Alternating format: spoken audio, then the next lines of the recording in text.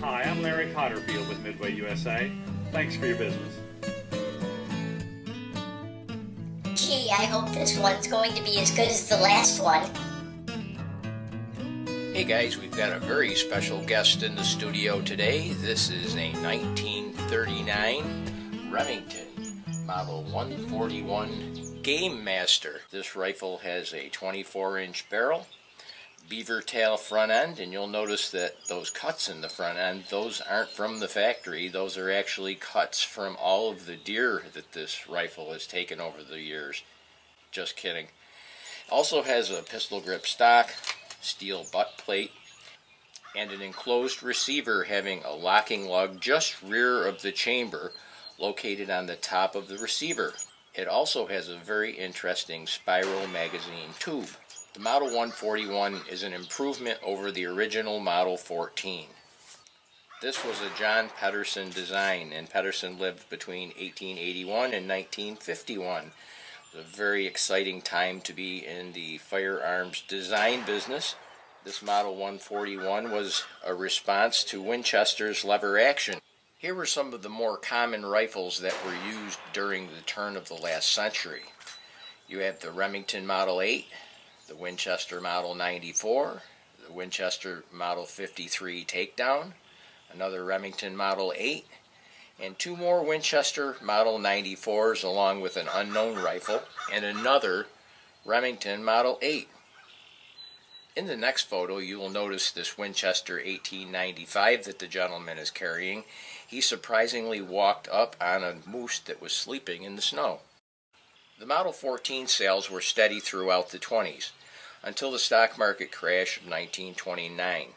The Great Depression took its toll on Remington, and DuPont, who had been supplying Remington with gunpowder for many years, saw an opportunity to gain controlling interest in Remington, so on May 23, 1933, DuPont facilitated a restructuring of Remington.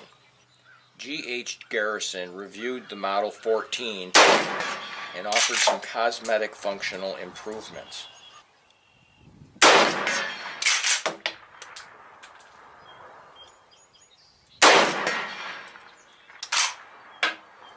It sure does lob those probably nearly 15 feet. Don't want to lose any of those. They went from a 22 to a 24-inch barrel, 18 to 18.5-inch carbine barrel, wider front stock, faster handling stock with a metal butt plate on the back. At the time in 1936, a standard grade like this model sold for $46. They also offered a C grade for $80, a Peerless for $146, and a F Premier for $300. Alright, I have to say I'm a little clumsy with this rifle.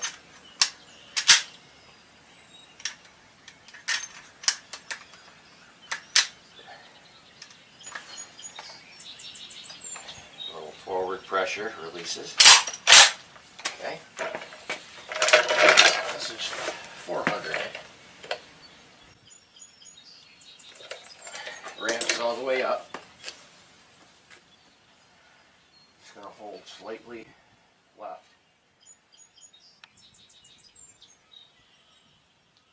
Right in the middle of the plate.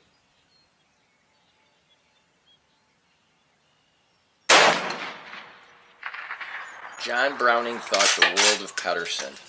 He told U.S. Army Major General Julian Hatcher. Now, if you're not familiar with Hatcher, he has many fine writings on early rifles of the turn of the last century. And Julian Hatcher was a firearms expert, and what Browning told Hatcher was Pedersen was the greatest gun designer in the world.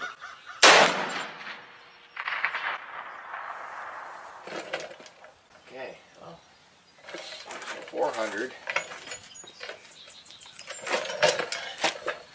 400 is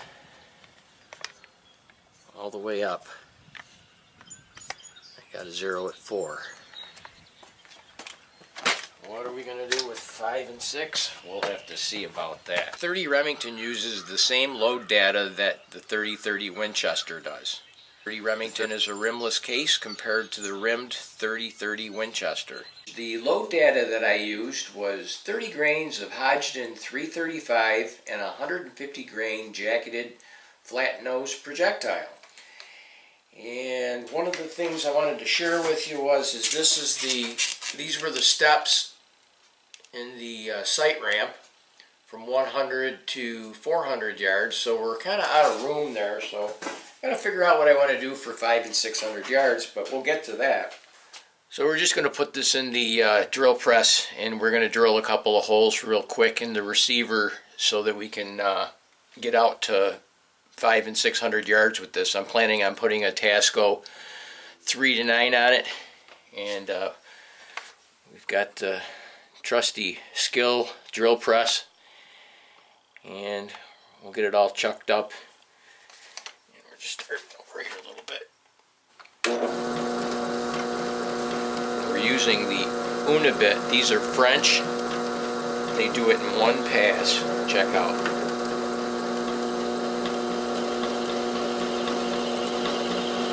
Good old WD-40.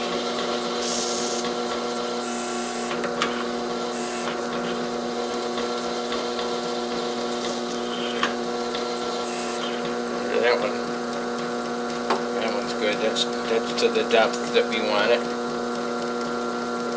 Well, that was fun, but this is how we're going to get out a little further. This is a plastic clothespin. You'll notice that it has grooves on the inside of it. So here's the completed project. You'll notice that picture hanger, I used a black magic marker, and I took my Fordham tool and I cut a groove, so that allows me to adjust for elevation. And right now we've got it set for 500 yards right there. Of course, the left and right is adjustable, as well as the elevation. You can loosen the screw and slide it this way or that way depending on what direction you want to go.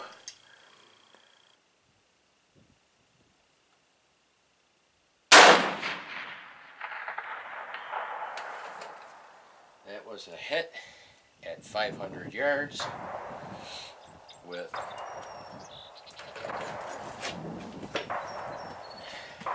my clothespin sight. This is Ace Hardware, and now I'll record my data.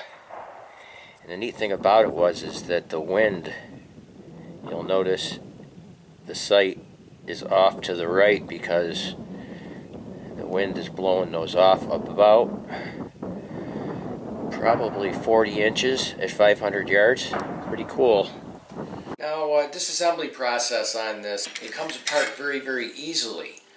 But unfortunately, what ends up happening is they have what they call an action bar lock. And that action bar lock is in the way, and it interferes with putting the slide and the breech block back together. I've got a picture of the action bar lock right there, and you'll notice that the breech block looks like a dragon's head, and the tongue is the action bar lock. So in order to get that out of the way, you need to take the ejector and slide it forward. That's the ejector slide plate. You need to push that forward, and that takes the action bar lock out of the way, and you can now put the slide and the breech block back together.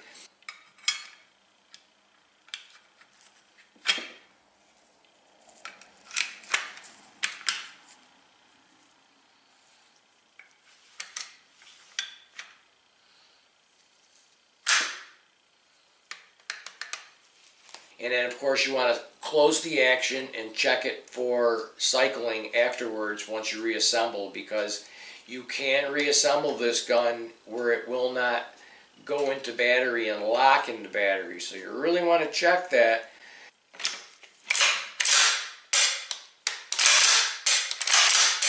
So once again, I appreciate you guys watching. I'll catch you on the next video.